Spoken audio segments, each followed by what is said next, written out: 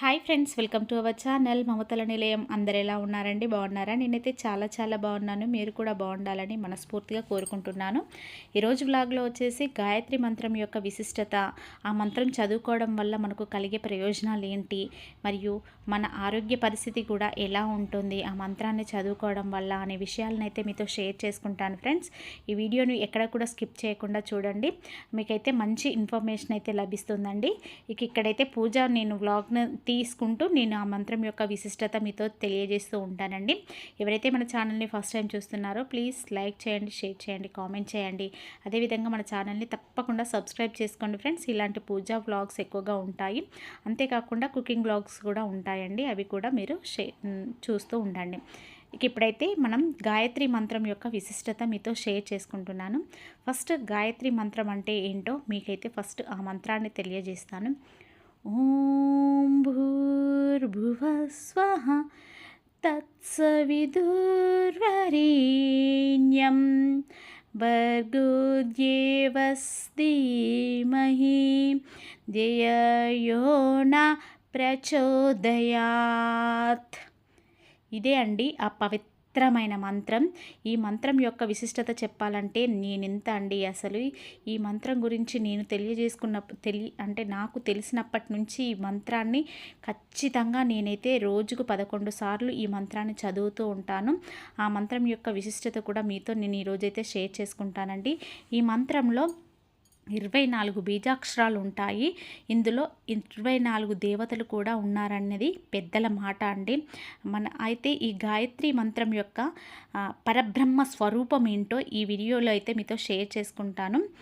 ఈ గాయత్రి మంత్రానికి ఎంతటి ప్రాముఖ్యత ఉందో ఇది విన్న తర్వాత మీరు కూడా ఖచ్చితంగా ప్రతిరోజు గాయత్రి మంత్రాన్ని పఠిస్తే మీ జీవితంలో ఎలాంటి మార్పులు వస్తాయో మీరే గ్రహించగలుగుతారు.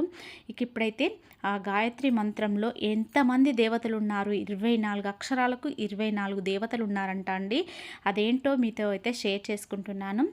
ఫస్ట్ తత్ అంటే గణేశుడు, సెకండ్ వన్ సా అంటే నరసింహస్వామి, వి అంటే విష్ణుమూర్తి, తు అంటే ఈశ్వరుడు, వ అంటే శ్రీకృష్ణుడు, రే అంటే రాధాదేవి, నీ అంటే లక్ష్మీదేవి, యహ అంటే అగ్నిదేవుడు, అదేవిధంగా భూ అంటే ఇంద్రుడు, ఘో అంటే సరస్వతీదేవి, ధీ అంటే దుర్గామాత, హ అంటే హనుమాన్, స్య అంటే భూదేవి, ధీ అంటే సూర్యభగవానుడు, మా అంటే శ్రీరామచంద్రుడు, హీ అంటే సీతాదేవి, ధీ అంటే చంద్రుడు, హ్యో అంటే యమధర్మరాజు, యో అంటే బ్రహ్మదేవుడు, నహ అంటే వరుణదేవుడు, మరియు ప్ర అంటే నారాయణుడు, చో అంటే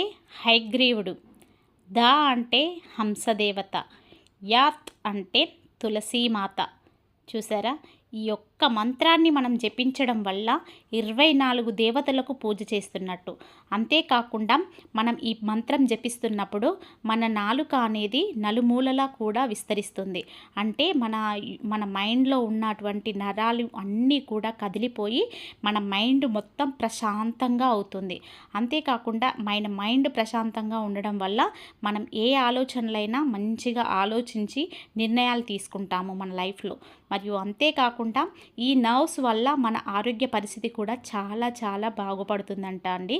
మనం ప్రతిరోజు గనక ఈ గాయత్రి మంత్రాన్ని మీకు తోచినన్ని సార్లు 5 సార్లు లేదా 11 సార్లు 21 సారి మీకు మీ సమయాన్ని బట్టి మీరు ఈ మంత్రాన్ని గనక చదువుకున్నట్లయితే 24 దేవతల యొక్క పూజ చేసినంత ఫలితం మీకు కలుగుతుంది. అంతేకాకుండా ఆరోగ్యపరంగా కూడా చాలా మంచిదండి. పిల్లలకు కూడా ప్రతిరోజు ఈ మంత్రాన్ని వారి చేత జపించినట్లయితే వారి యొక్క మేధాశక్తి ఇంప్రూవ్ అవుతుంది. అంతేకాకుండా వాళ్ళ ఆరోగ్యం కూడా చాలా బాగుంటుందండి. నేనైతే ఖచ్చితంగా ఈ రోజు నుంచి అంటే ఈ మంత్రం విశిష్టత నాకు తెలిసినప్పటి నుంచి ఇంకా నేను ఎక్కువగా ఈ మంత్రాన్ని అయితే జపిస్తున్నాను. ఖచ్చితంగా మీరు కూడా ఈ మంత్రాన్ని జపించి మీ ఇంట్లో ఆయురారోగ్యాలతో అష్టైశ్వర్యాలతో ఉండాలని మనస్ఫూర్తిగా కోరుకుంటున్నానండి. తప్పకుండా ఈ మంత్రాన్ని మీరు జపించండి. మరొకసారి ఈ మంత్రాన్ని మీతో నేను చెప్పుకుంటున్నాను.